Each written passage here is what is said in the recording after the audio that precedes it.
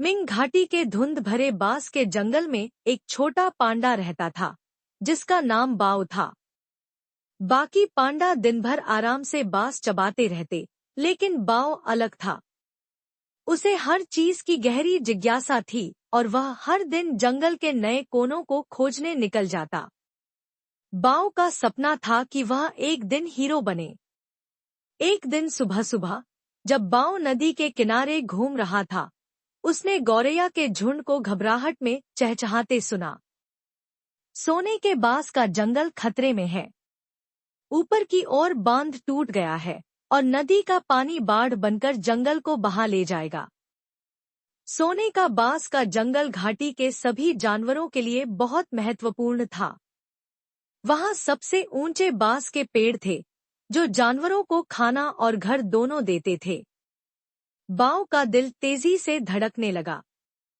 उसे तुरंत कुछ करना था, लेकिन एक छोटा पांडा बाढ़ को कैसे रोक सकता है? वह दौड़कर बाकी पांडाओं के पास गया और खतरे की बात बताई। हमें जंगल को बचाना होगा, बाओ ने विनती की। लेकिन बड़े पांडा सिर हिलाते हुए बोले, यह बहुत खतरनाक है।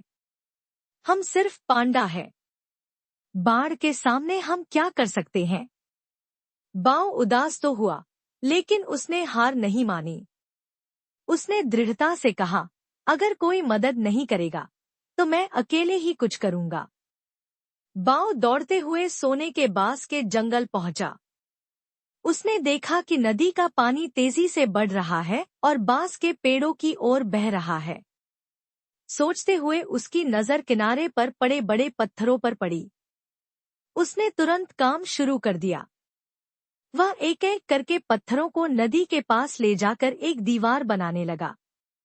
यह काम बहुत कठिन था और बाओ छोटा था, लेकिन उसने रुकने का नाम नहीं लिया। तभी ओटर, जलकुंभी का एक परिवार वहां आया। तुम क्या कर रहे हो, बाओ? उनमें से एक ने पूछा। मैं बाढ़ को रोकने के लिए दीवार बना रहा हूँ, बाओ ने जवाब दिया। ओटर ने सिर हिलाया और कहा, हम तुम्हारी मदद करेंगे। वे अच्छे तैराक थे और पानी से और पत्थर और लकड़ियां लाने लगे। थोड़ी देर में बीवर का एक परिवार भी आ गया। बांध बनाना तो हमारा काम है, उन्होंने कहा। फिर बीवर, ओटर और बाओ मिलकर पत्थरों और टहनियों को जोड़कर एक मजबूत दीवार बनाने लगे।